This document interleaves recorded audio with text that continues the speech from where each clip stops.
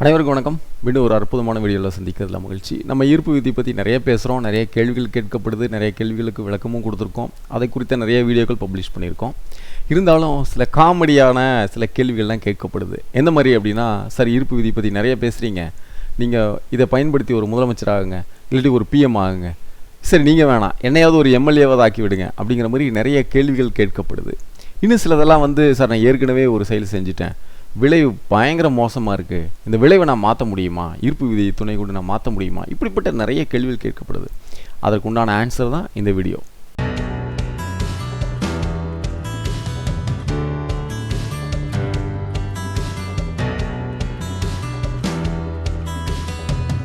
இந்த ஈர்ப்பு விதியை பயன்படுத்தி எல்லாத்தையும் செய்ய முடியுமா அப்படின்னு ஒரு கேள்வி கேட்டால், ஒரு சில விஷயங்கள் முடியாது அப்படிங்கிறது தான் பதில். என்ன முடியாது அப்படின்னா, ரொம்ப சிம்பிளாக இந்த இயற்கையில் நிறைய விதிகள் இருக்குது, நிறைய சட்டங்கள் இருக்குதுன்னு வச்சுக்கோங்களேன். அந்த சட்டத்தை இந்த ஈர்ப்பு விதி அப்படிங்கிற இன்னொரு சட்டம் மாற்றி அமைக்காது. இன்னொன்று பார்த்திங்கன்னா, அதை பிரேக் பண்ணாது, அதை மீறாது அப்படி சொல்லலாம். இப்போ குறிப்பாக அதுக்கு ஒரு நல்ல எக்ஸாம்பிள் சொல்லணும் அப்படின்னு சொன்னால், நம்ம என்ன பண்ணுறோம் அப்படின்னா, ஒரு வேப்ப மரம் நம்ம நட்டு வைக்கிறோம், அது நல்லா வளரட்டும் அப்படின்னு சொல்லி வளர்த்துறோம். அதுக்கு தண்ணியெல்லாம் ஊற்றி உரமெல்லாம் போட்டு எல்லா வசதிகளும் செஞ்சு கொடுத்து வளர்த்துறோம். ஆனால் அது காய் கனிஞ்சு வரும் பொழுது நம்ம அதனுடைய சுவை எனக்கு ஆப்பிள் மாதிரி வேணும், இல்லை ஆப்பிள் தான் எனக்கு வேணும் அப்படின்னு சொல்லி நம்ம பயிற்சி செய்வதோ, அதே மாதிரி மந்திரங்கள் செய்வதோ, பிரார்த்தனை செய்வதோ எந்த விதமான பலனையும் கொடுக்காது. அது எது விதைக்கப்படுகிறதோ அந்த விதையில் இருக்கக்கூடிய தன்மை அதை எழுச்சி பெற வைப்பதற்கு தான் இந்த பிரபஞ்சம் ஹெல்ப் பண்ணும். இதுதான் இந்த ஈர்ப்பு விதியோட அடிப்படை. அப்போ நம்மளுடைய எண்ணங்கள் உணர்வுகள் எப்படி இருக்கிறதோ அந்த உணர்வுகள் எண்ணங்களும் வெளிப்பட்டு ஒரு விளைவை ஏற்படுத்துவதற்கு தான் இந்த ஈர்ப்பு விதி, இந்த பிரபஞ்சம் எல்லாமே நம்மளுக்கு ஹெல்ப் பண்ணும் அப்படிங்கிறத புரிஞ்சுக்கணும்.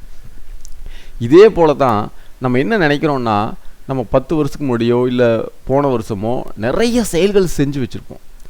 அதற்கு விளைவுகள் நன்மையாகவோ தீமையாகவோ இப்போ நம்ம கண்ணு முன்னாடி நிற்கும், நிறைய பேர் அனுபவிச்சுக்கிட்டு இருப்போம். அது விளைவுகள் தீமையை நம்ம அனுபவிக்கும் போது நம்மளால் பொறுத்து கொள்ள முடியாது. நம்ம இந்த இடத்துல இருந்து நான் இதை தாண்டி வெளியில் வரணும், அதுக்காக நான் பயிற்சி செய்கிறேன், மந்திரங்கள் நான் உச்சரிக்கிறேன், நான் பிரார்த்தனை செய்கிறேன் அப்படின்னு எந்த விதமான செயல் செய்தாலும் பலனளிக்காது. ஏன்னா இந்த செயல் விளைவு தத்துவம் அப்படிங்கிறது இயற்கையின் இன்னொரு சட்டம். இந்த செயல் விளைவு தத்துவம் ஏற்கனவே செய்த செயலுக்கு இப்போ ஒரு விளைவு நம்ம வந்துக்கிட்டு இருக்கோம், அந்த விளைவை மாற்ற முடியுமானா நிச்சயம் முடியாது. எந்த விதமான ஈர்ப்பு விதி நம்ம பயன்படுத்தப்பட்டாலும் அது தோல்வியில் தான் போய் முடியும். சரி, அப்போ என்ன சார் செய்கிறது அப்படின்னு ஒரு கேள்வி கேட்டால், முதல்ல நமக்கு ஏற்பட்டிருக்க இன்னைக்கு இருக்கக்கூடிய துன்பம் கடந்த காலத்தினுடைய செயலின் தாக்கமா அப்படிங்கிறது நம்ம உணர்ந்து கொண்டால் இது ஈஸியாக இருக்கும். ஆமாம், இது கடந்த கால செயலின் தாக்கம் தான் அப்படின்னு சொன்னால் சிம்பிளாக அதை நீங்கள் ஏற்றுக்கொள்வது தான் முக்கியமான விஷயம். ஏன்னா இந்த பிரபஞ்ச விதிகளில் இந்த செயல் விளைவு தத்துவமும் ஒன்று. அப்போது எப்படி கடந்த கால செயல்கள் இன்றைக்கி விளைவாய் நிற்கிது, அது எவ்வளோ பர்ஃபெக்டாக நம்மக்கிட்ட நிற்கிது, அதை குறித்த சிந்தனை. ஆஹா, இப்படி தான் இந்த பிரபஞ்சம் வேலை செஞ்சுக்கிட்டு இருக்கு. சரி, நம்ம இன்று முதல் மிகச்சிறந்த எண்ணங்களை நம்ம விதைக்கணும், மிகச்சிறந்த செயல்களை நம்ம செய்வதன் மூலம் நல்ல ஒரு விளைவை பெற முடியும் அப்படிங்கிற அந்த ஒரு புரிதலுக்கு தான் நம்ம வரணுமே தவிர, அந்த நிகழ்வை மாற்றிக்கொள்வதற்கு நம்ம எந்த விதமான முயற்சி செய்தாலும் அது பலனளிக்காது அப்படிங்கிறத நம்ம புரிஞ்சுக்கணும். சரி சார், இந்த அஃபர்மேஷன் இருக்குது, விஷுவலைசேஷன் இருக்குது, இதெல்லாம் எதுக்கு அப்படின்னு நீங்கள் கேட்டிங்கன்னா, இந்த அஃபர்மேஷன் விஷுவலைசேஷன் எல்லாமே நமக்கு ஒரு டூல் மாதிரி தான். இப்போ நம்ம பாலைவனத்தை கடக்கணும் அப்படிங்கிறது நம்மளுக்கு இருக்குதுன்னு வச்சுக்கோங்களேன். நம்ம நடந்து போயிட்டுருக்கோம், ஒரு கடுமையான வெயிலில் யாராவது நம்மளுக்கு ஒரு குடை கொடுத்து உதவுவார்கள், அல்லது நமக்கு ஒரு ஹெல்ப் பண்ணுவாங்க. ஏதாவது ஒட்டகத்தை கொடுத்தோம், நீ இங்கிருந்து அங்கே போயிருப்பா அப்படின்னு சொல்லி ஹெல்ப் பண்ணுவாங்க. அதற்கு அந்த உதவிக்கரத்துக்காக நம்ம சில வேலைகள் நம்ம செய்யலாமே தவிர, அந்த விளைவை மாற்றி அமைக்கக்கூடிய சக்தி யாருக்குமே கிடையாது. அதனால நம்ம புரிஞ்சுக்கணும். அப்போ இந்த ஈர்ப்பு விதி நம்ம பயன்படுத்துறதுனால என்ன நடக்குது அப்படின்னா, இன்று முதல் நமது எண்ணங்கள் மிகச்சிறந்தவையாக மாற்றப்பட்டு நம்ம அந்த எண்ணத்தினால் மேற்கொள்ளப்படும் செயல்கள், அதனால் ஏற்படக்கூடிய விளைவுகள் அற்புதமான ஒரு வாழ்வாக இருக்கும் அப்படிங்கிறது தான் இதில் அடிப்படை விதி. இதுதான் நம்ம தெரிஞ்சுக்கக்கூடிய மிக முக்கியமான உண்மை. சரி, ரெண்டாவது நீங்கள் ஒரு முதலமைச்சர் ஆகலாமே, நீங்கள் வேண்டாம் என்னையாவது ஒரு முதலமைச்சர் ஆக்கி விடுங்களே உங்களை ஈர்ப்பு விதி பயன்படுத்தி. இப்படியெல்லாம் நிறையா கேள்விகள் கேட்கப்படுது. இதில் இன்னொரு அடிப்படை நம்ம தெரிஞ்சுக்கணும். என்ன அப்படின்னா, இப்போது ஒரு கோடிக்கணக்கான மக்களின் எண்ணம் இவர் தான் எனக்கு முதலமைச்சராக வரணும் அப்படிங்கிற அந்த எண்ணம், இதை பிரேக் பண்ணி ஒருவருடைய எண்ணம் வருவது அப்படிங்கிறது வந்து ஒரு குறைந்த காலத்தில் வந்து பாசிபிலிட்டியே இல்லை.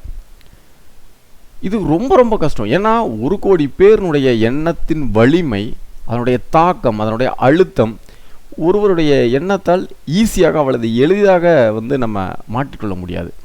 இது மாற்ற முடியும், ஆனால் அதுக்கு நிறைய காலங்கள் எடுக்கும். அதற்கு இவர்கிட்ட தீராத தாகம் இருக்கணும். 2வது நோக்கம் ரொம்ப பெருசாக இருக்கணும். 3வது வந்து குறிக்கோள், இலக்கு வந்து எப்பொழுதுமே பின்வாங்காத ஒரு இலக்கு இருக்கணும். அப்போ இதுதான் இலக்கு அப்படிங்கிறது இருக்கணும். 2வது அதை இலக்கை அடைவதற்கு உண்டான நோக்கம் ரொம்ப தெளிவாக இருக்கணும். விடாமுயற்சி இது இருந்துச்சுன்னா நிச்சயம் ஒரு நாள் நடக்கும். இப்போ ஆபிரகாம் லிங்கன் அப்படின்னு நிறைய பேர் சொல்லுவாங்க. ரொம்ப வருஷமாக தோல்வியிலிருந்து கடைசியில் வந்து அவர் வந்து மிகப்பெரிய ஒரு பொசிஷன் வந்ததாக நம்ம படிச்சிருக்கோம் வரலாறுல. அப்படி நிச்சயமாக நடக்கும். ஆனால் ஒரு வாரத்துலேயோ 10 நாள்லேயோ அடுத்த எலெக்ஷன்லேயோ நடந்துருமா அப்படின்னா நிச்சயமாக அது ஒரு கேள்விக்குறி தான். அப்போது நம்ம இந்த மாதிரி ஒரு சீக்வன்ஸில் நம்ம ஈர்ப்பு விதியை பயன்படுத்தி நம்ம வந்து இது வேலை செய்வதில்லை அப்படின்னு அப்ரப்டாக தூக்கி வீசுறதுக்கு பதிலாக அதில் என்ன நடக்குது அப்படிங்கிறத கொஞ்சம் ஆழ்ந்து நம்ம கவனித்தோன்னா நிச்சயமாக ஒரு புரிதல் வரும். இந்த மாதிரி நிறைய கேள்விகள் இருக்குது. ஏன் இவர் பணக்காரராகிறாரு, ஏன் என்னால் பணக்காரராக முடியல, ஏன் இவர் மட்டும் நம்பர் 1ல் இருக்கார், ஏன் என்னால் முடியல, ஏன் இவர் தவறு செய்கிறவங்களாம் பணக்காரராக இருக்காங்க, சந்தோஷமாக இருக்காங்க, நான் தவறு செய்யலையே, எனக்கு ஏன் துன்பங்கள் வருது, இப்படி நிறைய கேள்விகள் நம்மளுக்கு ஏற்கனவே இருக்கும். இதை குறித்து நம்ம டீட்டெயில்டான ஒரு எபிசோட் போட்டிருக்கோம். இந்த பிரபஞ்சம் எப்படி வேலை செய்கிறது, எண்ணம் எப்படி வேலை செய்கிறது, கற்பனை எப்படி வேலை செய்கிறது அப்படிங்கிறது எல்லாமே the science of getting rich அப்படிங்கிற அந்த எபிசோட் கிட்டத்தட்ட ஒரு 17-18 வீடியோக்கள் அதில் இருக்கும். அதில் முழுமையான எல்லா வீடியோக்களும் நீங்கள் பார்க்கும் பொழுது உங்களுக்கு ஒரு புரிதல் வரும். எஸ், இதுதான் மிகச்சரி அப்படின்னு. உங்களுக்கு எந்த கேள்வி பின்னாளில் வந்தாலும் கூட அந்த வீடியோக்கள்லேயே உங்களுக்கு ஆன்சர் இருக்கும். நீங்கள் புரிஞ்சுக்கலாம். நீங்கள் அதை புரிஞ்சு கொண்டு எஸ் இது கரெக்டு தான், அவர் சொன்னது கரெக்டு தான், அந்த புத்தகத்தில் எழுதி வைக்கப்பட்டது கரெக்டு தான், அனுபவபூர்வமாக நீங்கள் உணர்ந்து கொள்ளலாம். கேள்விகளே உங்களுக்கு வராது. அப்படி வந்தாலும் கூட அதுக்கு ஆன்சரும் கூடவே உங்களுக்கு வந்துடும். அப்போது அந்த மாதிரி அந்த எபிசோடை கம்ப்ளீட்டாக நீங்கள் பார்க்கணும் அப்படிங்கிறது என்னுடைய ஒரு வேண்டுகோள். அந்த வீடியோவுடைய பிளேலிஸ்ட் நான் இந்த டிஸ்கிரிப்ஷனில் லிங்க்கை ஆட் பண்ணியிருக்கேன். நிச்சயமாக பார்க்கணும். அதற்கப்புறமா இந்த நிறைய அஃபர்மேஷன் சம்மந்தமான வீடியோக்கள் போட சொல்லி எனக்கு நிறைய ரெக்வஸ்ட் வந்துக்கிட்டே இருக்குது.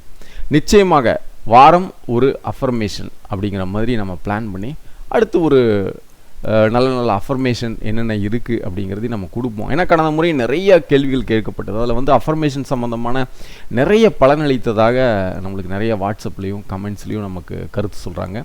அப்போ அதை குறித்த இன்னும் சில வீடியோக்கள் நிச்சயமாக வாரம் ஒரு முறை வரும் அப்படிங்கிறத நம்ம சொல்கிறோம். மீண்டும் இன்னொரு நல்ல வீடியோவில் கூடிய சீக்கிரம் சந்திக்கிறேன். அதுவரை நன்றி.